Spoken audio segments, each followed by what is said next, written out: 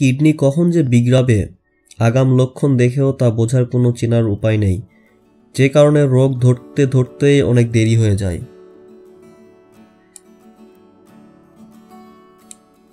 যাদের কিডনি ক্ষতিগ্রস্ত হওয়ার কোনো রকম আশঙ্কা রয়েছে, মানে কেউ যদি ডায়াবেটিস অথবা উচ্চ রক্তচাপের রোগী হয়ে থাকেন বা কারো পরিবারে কিডনির অসুখ থেকে থাকে যাদের বয়স 60 পেরিয়েছে, তাদের উচিত অন্তত 2 বার দুটো কিডনি পরীক্ষা করানো।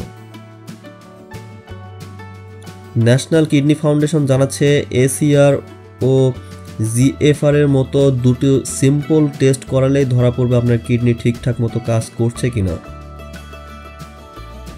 মূলত পরীক্ষা বা ACR ক্রিয়েটিনিনের অনুপাত। অ্যালবুমিন হলো বিশেষ ধরনের প্রোটিন।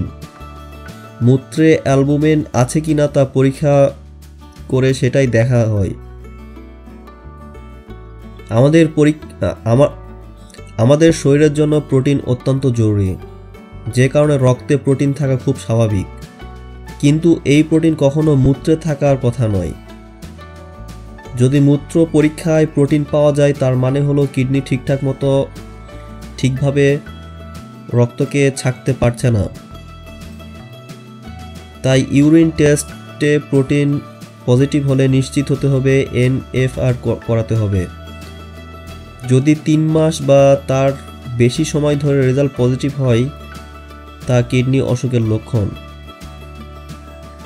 GFR কাউন্ট করতে রক্ত পরীক্ষা।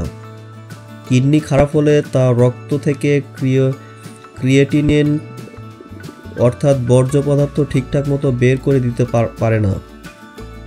তবে এই ক্রিয়েটিনিন পরীক্ষা হলো প্রথম ধাপ।